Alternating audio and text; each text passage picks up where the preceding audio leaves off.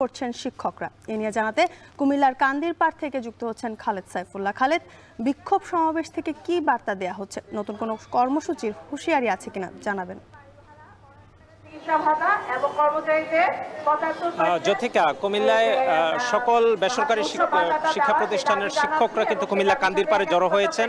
আমরা দেখতে পাচ্ছি যে তারা বিক্ষোভ প্রদর্শন করছেন এবং এখানে যে সমাবেশে অংশগ্রহণ করেছেন শিক্ষকরা বলছেন যে বাড়ি ভাড়া যে 5% বৃদ্ধি করে যে প্রজ্ঞাপন দেয়া হয়েছে সেটি বাতিল করতে হবে এবং 20% বাড়ি ভাড়া এবং 75% উৎসব ভাতা সহ শিক্ষকরা যে সকল দাবি করেছেন সেগুলো আজ বিকেল 5টার মধ্যে যেন সরকার মেনে নেওয়া হয়। তারা বলছেন যে সরকারের সকল বিভিন্ন উপদেষ্টারা এমনকি বিভিন্ন রাজনৈতিক দলগুলো পর্যন্ত তাদেরকে সমর্থন দিচ্ছে।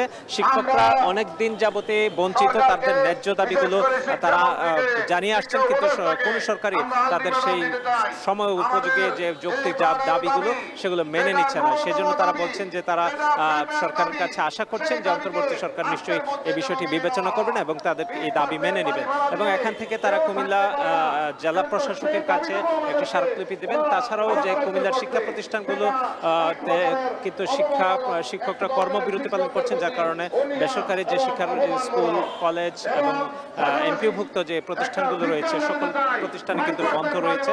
বন্ধ, শিক্ষার্থীরা আসছেন কিন্তু ক্লাস হচ্ছে না। তো এই দিকে কুমিল্লার কান্দিরপাড়ে আমরা দেখতে পাচ্ছি যে সকল শিক্ষকরা সমবেত হয়েছেন এবং তারা বক্তব্য রাখছেন এবং তারা যে দাবি করছেন যে সরকার কাছে যে তারা দীর্ঘদিন যাবৎ শিক্ষকরা যে বঞ্চিত শিক্ষার মতো মহান পেশায় থেকেও তারা যে দাবি করছেন তারপরও তাদেরকে সে দাবি না মেনে তাদেরকে হয়রানি করা হচ্ছে এবং বিভিন্ন কর্মসূচিতে বাধা দেওয়া হচ্ছে।